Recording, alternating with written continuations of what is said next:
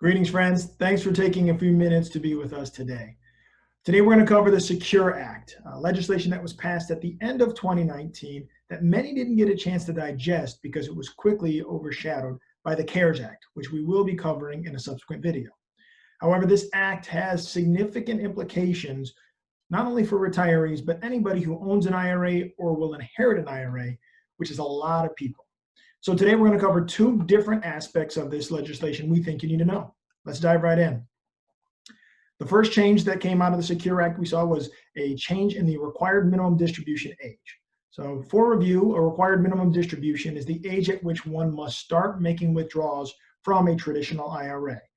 These exist because traditional IRAs are tax deferral vehicles. So they let you put your money in tax-free, they grow tax-free, and when you make withdrawals, you have to pay the piper and start paying income taxes.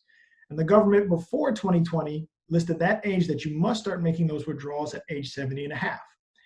Now, because of the Secure Act, that age has been bumped up to age 72. So who does this impact? Anybody who was born after July 1st of 1949. If you were born before July 1st of 1949, you were grandfathered into the old rules and the old schedule. So what considerations do you need to keep in mind?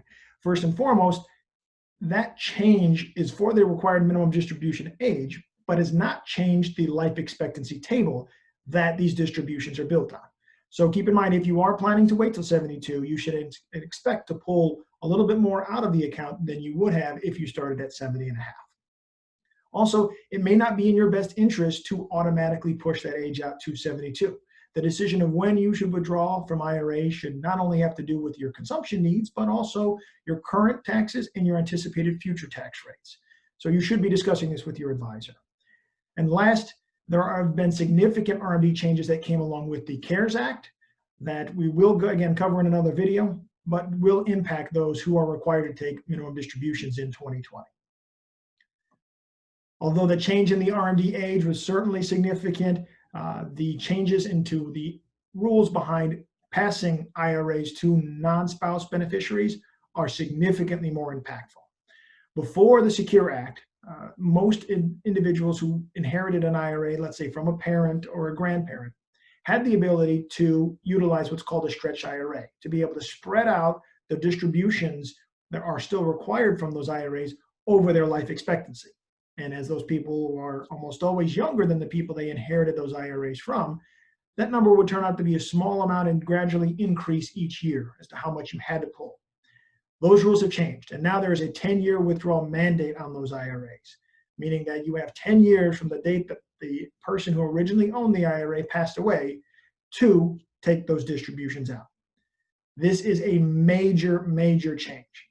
There is some positivity behind it in that this does give you some flexibility. It doesn't require an annual distribution as the old rules did. However, if you're not paying attention and if this sneaks up on you, this could be a cause for a major, major tax bill. So we certainly recommend that you keep tabs on this and work with your advisor to create a distribution plan around this. Keep in mind, this is effective for January 1st of 2020. If you inherited an IRA before this, you are grandfathered into the old rules. So what should this change inspire for you with respect to planning?